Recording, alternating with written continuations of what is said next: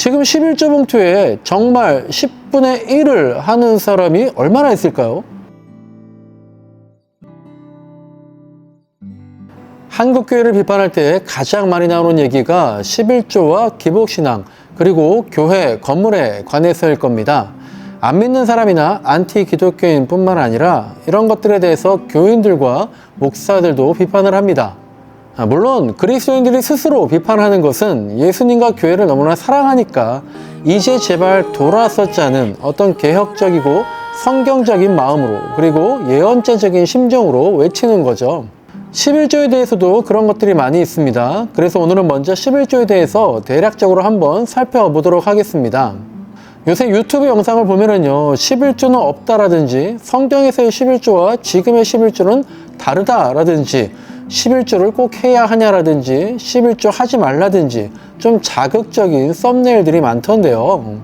저는 이런 고민과 대화들이 반드시 필요하다고 생각하지만 또 이렇게 생각하면 좋을 것 같습니다. 11조는 틀렸다 이게 아니라요, 그런 11조는 틀렸다라는 겁니다. 강요하는 11조는 틀렸다는 겁니다. 억지로 하는 11조 틀렸다라는 거죠. 무조건 복 받는다는 11조 틀렸다는 겁니다. 교회의 화려함만을 위해 쓰이는 11조 틀렸다라는 겁니다. 옛날 2001년에 비교종교학자인 오광남 교수라는 분이 예수는 없다라는 책을 써서 아주 난리가 난 적이 있었죠. 많은 목사와 성도들이 불경스러운 책이라고 비판했습니다. 그런데 그 책을 읽어보면은요, 예수는 없다라는 게 아니라 그런 예수는 없다를 말한 것이라는 게 중론이거든요.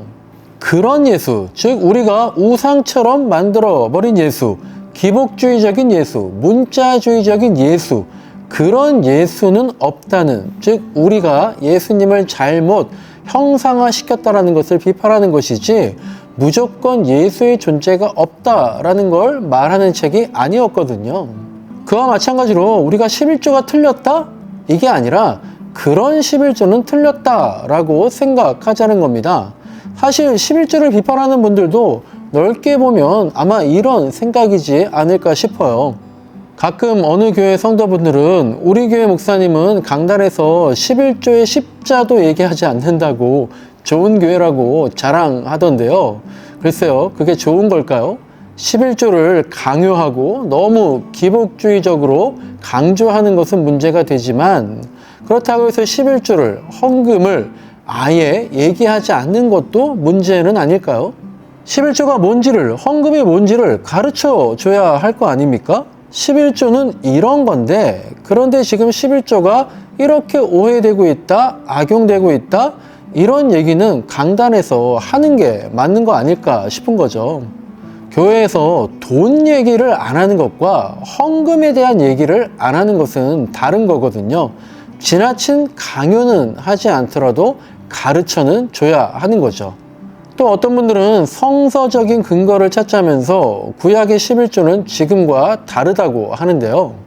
구약의 11조는 구제와 나눔을 위한 헌금이고 또 레위인들의 생계를 보장하는 것이 목적인데, 지금의 11조는 교회의 운영을 위해 쓰여지고 또 목회자들의 생계를 책임진다는 구약과 틀리게 11조를 쓰고 있다는 건데요.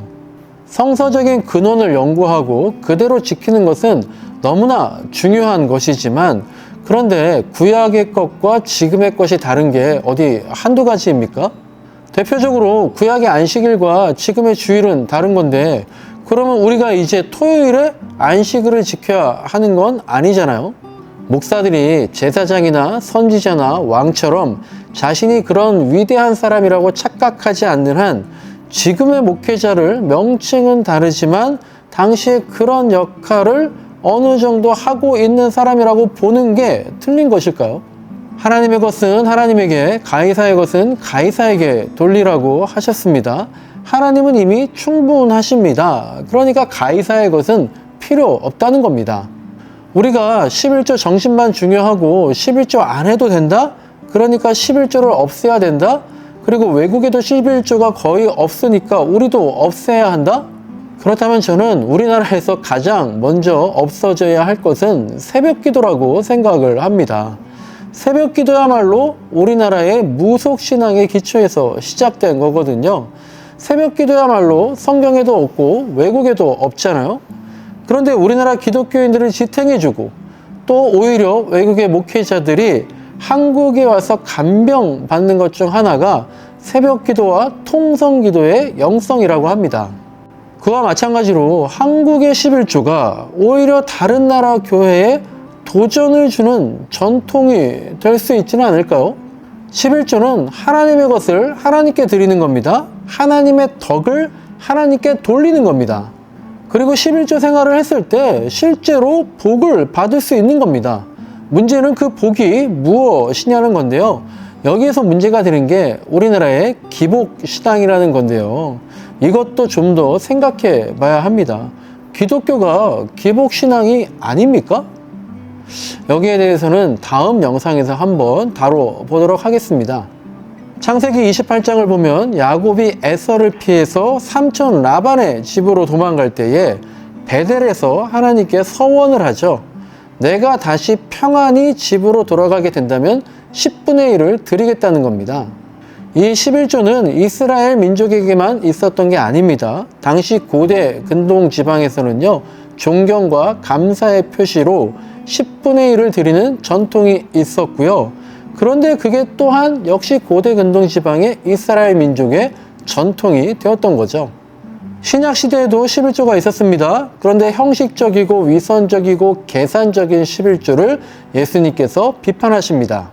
그리고 초대와 중세 교회에서도 11조와 헌금들이 지나치게 교회 운영을 위해서만, 기독교의 권력과 규모의 팽창을 위해서만 강조된 면이 없지 않았습니다.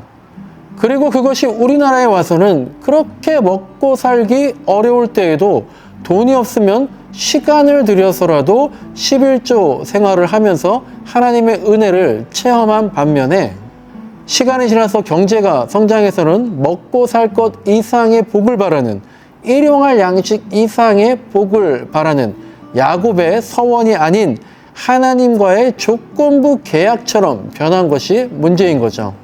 11조를 해야 하냐 말아야 하냐 이걸로 논쟁이 많이 있는데 사실 한국교회는요 이미 11조 하는 시대가 끝났습니다.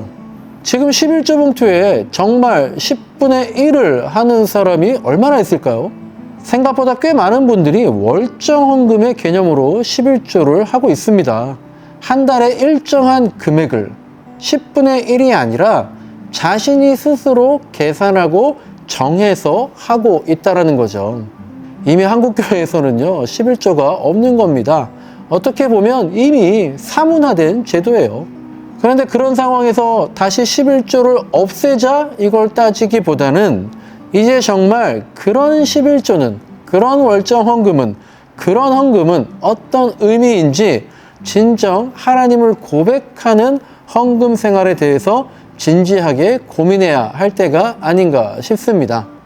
박하와 회한과 근처의 11조도 계산을 해보되 정의와 긍휼과 믿음도 생각해 봐야 합니다. 이것도 행하고 저것도 버리지 말라고 하셨습니다.